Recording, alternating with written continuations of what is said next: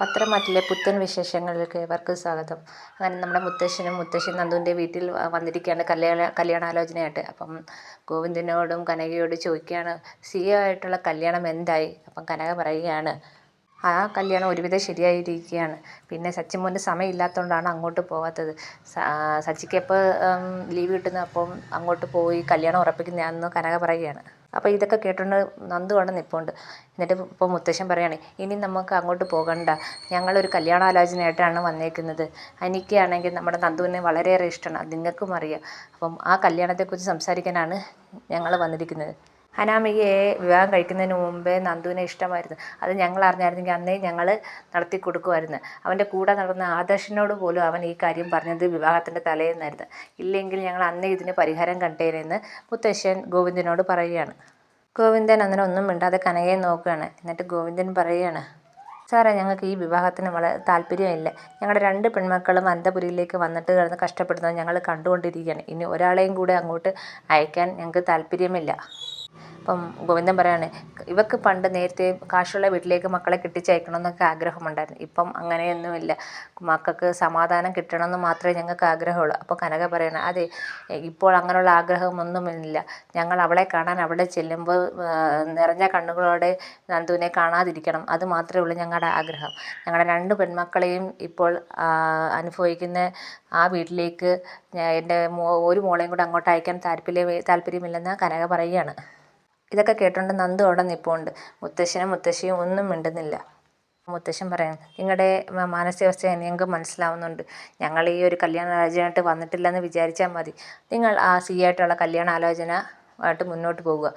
പക്ഷേ ഇതൊക്കെ പറയുന്നുണ്ടെങ്കിലും മുത്തശ്ശനും മുത്തശ്ശിയും ഭയങ്കര വിഷമാവുന്നുണ്ട് ഇവരുടെ സംസാരമൊക്കെ കേട്ട്. അപ്പം മുത്തശ്ശി പറയുകയാണ്, നിങ്ങളുടെ മാനസികാവസ്ഥ എന്തുകൊണ്ടെന്ന് ഞങ്ങൾക്ക് മനസ്സിലാവുന്നുണ്ട്.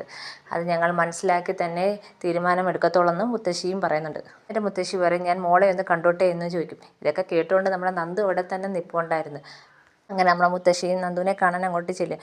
അപ്പം നന്ദു അകത്തിരുന്ന് കരയുകയാണ്. അവിടെ കട്ടിലിരുന്ന് കരഞ്ഞുകൊണ്ടിരിക്കുമ്പോൾ മുത്തശ്ശി അങ്ങോട്ട് വരികയാണ്. അപ്പം മുത്തശ്ശി ചോദിക്കുകയാണ്, മോള് പുറത്ത് പറഞ്ഞതെല്ലാം കേട്ടില്ലേ? നന്ദു ഇങ്ങനെ കരഞ്ഞുകൊണ്ട് നിൽക്കുകയാണ്. കല്യാണം എന്ന് വെച്ച് കഴിഞ്ഞാൽ നമ്മൾ എല്ലാവരുടെ അനുഗ്രഹത്തോടെ നടത്തേണ്ടതാണ്, ഒരു പിടിച്ചു പറിച്ചു പോലെ നടത്തേണ്ട കാര്യമല്ല എന്ന് മുത്തശ്ശി പറയാണ്. മോളതൊക്കെ മറന്ന് സന്തോഷമായി ജീവിക്കുക. ഞങ്ങളുടെ അനിക്ക് മോളെ ഭയങ്കര ഇഷ്ടമാണെന്ന് ഞങ്ങൾക്കറിയാം. എന്നാലും മോക്കും അതുപോലെയാണെന്നും അറിയാം. എന്നാലും എല്ലാവരുടെ അനുഗ്രഹത്തോടെ നടത്തണമെന്നാണ്. അതുകൊണ്ട് മോളതെല്ലാം മറന്ന് നല്ലൊരു ജീവിതത്തിന് തയ്യാറെടുക്കുക എന്നും പറഞ്ഞ് മുത്തശ്ശി കരഞ്ഞുകൊണ്ട് അനുഗ്രഹിക്കുന്നുണ്ട്. ഇത് കണ്ടപ്പോഴത്തേക്ക് നന്ദുവിനും സഹിക്കാൻ വയ്യാതെ പൊട്ടിക്കരയാണ്. അങ്ങനെ മുത്തശ്ശിയും നന്ദുവും കൂടെ കെട്ടിപ്പിടിച്ച് നിൽക്കുന്ന ഒരു സീനാണുള്ളത്. നമ്മുടെ മുത്തശ്ശനും മുത്തശ്ശിയും അവിടെ നിന്ന് ഇറങ്ങി ഉമ്മറത്ത് നിൽക്കുന്നതാണ് കാണിക്കുന്നത്. അപ്പം മുത്തശ്ശനാണെങ്കിൽ നന്ദുവിൻ്റെ അടുത്ത് പറയണം, ഞങ്ങളൊരു കല്യാണ ആലോചനയായിട്ടാണ് വന്നത്.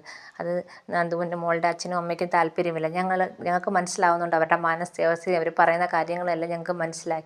അതുകൊണ്ട് ഞങ്ങൾ ആ ഒരു ആലോചന വേണ്ടാന്ന് വെച്ചിരിക്കുകയാണ്. മോൾക്ക് മനസ്സിൽ എന്ത് തോന്നുന്നുണ്ടോ അത് മാത്രമേ ചെയ്യുക. നല്ലൊരു ഓഫീസറായിട്ട് നന്നായിട്ട് തന്നെ മുന്നോട്ട് പോവുക. ആരെന്ത് പറഞ്ഞാലും തനിക്ക് ശരിയെന്നുള്ള കാര്യം മാത്രം ചെയ്യുക എന്ന് പറഞ്ഞ് ഇങ്ങനെയൊക്കെ പറഞ്ഞ് മുത്തശ്ശനും നന്ദുവിനെ അനുഗ്രഹിച്ചിട്ട് പോവുകയാണ്. അവർ 2 പേരും പോവുകയാണ്. ഇതൊക്കെ കണ്ടിരുന്ന നന്ദുവിന് വളരെയേറെ വിഷമം വരുന്നു. അപ്പം നന്ദു അവിടെ നിന്ന് മനസ്സിൽ വിചാരിക്കുകയാണ്, ഇനി ആരൊക്കെ എനിക്ക് എൻ്റെ മനസ്സിൽ ശരിയെന്ന് തോന്നുന്ന കാര്യം മാത്രമേ ഞാൻ ചെയ്യത്തുള്ളൂ. ആരൊക്കെ എന്ത് പറഞ്ഞാലും ഞാൻ എൻ്റെ അനിയെ വിട്ടുകളയത്തില്ലെന്ന് നന്ദു ഇങ്ങനെ മനസ്സിൽ വിചാരിച്ചിട്ട് സങ്കടവും ദേഷ്യവും കൊണ്ടും നന്ദു അകത്തേക്ക് കയറിപ്പോകുന്നു. ഇതൊക്കെ കണ്ടുകൊണ്ട് കനകയും ഗോവിന്ദനും അവിടെ നിൽക്കുന്നുണ്ട്. അപ്പം ഗോവിന്ദൻ പറയുകയാണ്, എത്രയും പെട്ടെന്ന് സിയായിട്ടുള്ള കല്യാണാലോചന മുന്നോട്ട് കൊണ്ടുപോകണമെന്ന് കനകയോട് പറയുകയാണ്.